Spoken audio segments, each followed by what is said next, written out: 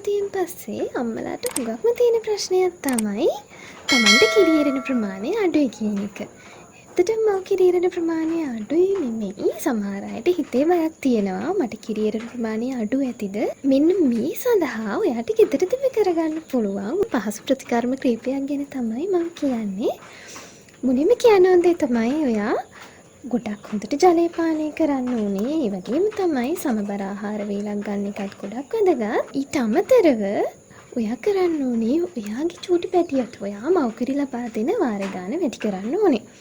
මව්කිරි දෙන වාර ගාන වැඩි කරද්දී බබා කිරි බොනකොට ඔයාගේ කිරි එරෙන ප්‍රමාණය වැඩි වෙනවා. අම්මගේ හෝමෝන උද්දීපනය වෙන නිසා කිරි නිපදවීම වැඩි වෙලා ඔයාගේ තියෙන ප්‍රශ්නට ඔයාට උත්තරයක් එතනදී හම්බ වෙනවා. අටුම තරම් පැය දෙකකට වරක්වත් ඔයාගේ චූටි පැටියට කිරි දෙන්න අමතක කරන්න එපා. කිරි දෙන්න බැරි වෙලාවක් තියෙනවා නම් අන්න ඒ වෙලාවල් වලදී එරෙන කිරි දෝල ඉවත් කරන්න. නැත්තම් ඔයාට පුළුවන් ඒ කිරි දෝල ශීතකරණයක ගබඩා කරලා තියන්න.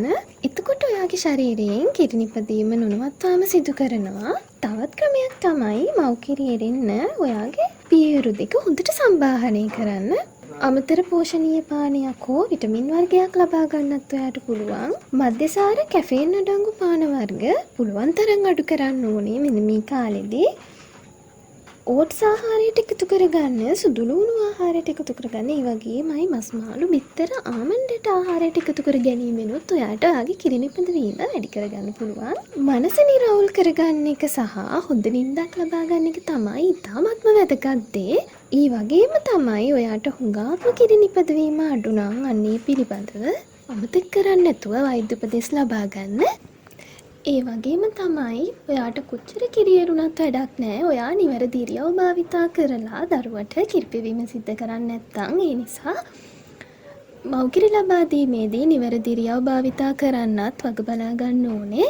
මං හිතනවා මං කියපු දේවල් ගොඩක් හොඳට තේරෙන්නේ නැති කියලා. නොතේරුණු මොනවම හරි තැනක් තියෙනවා නම් පල්ලෙහා තියෙන කමෙන්ට් සීරුවේ පුංචි කමෙන්ට් එකක් දාන්න.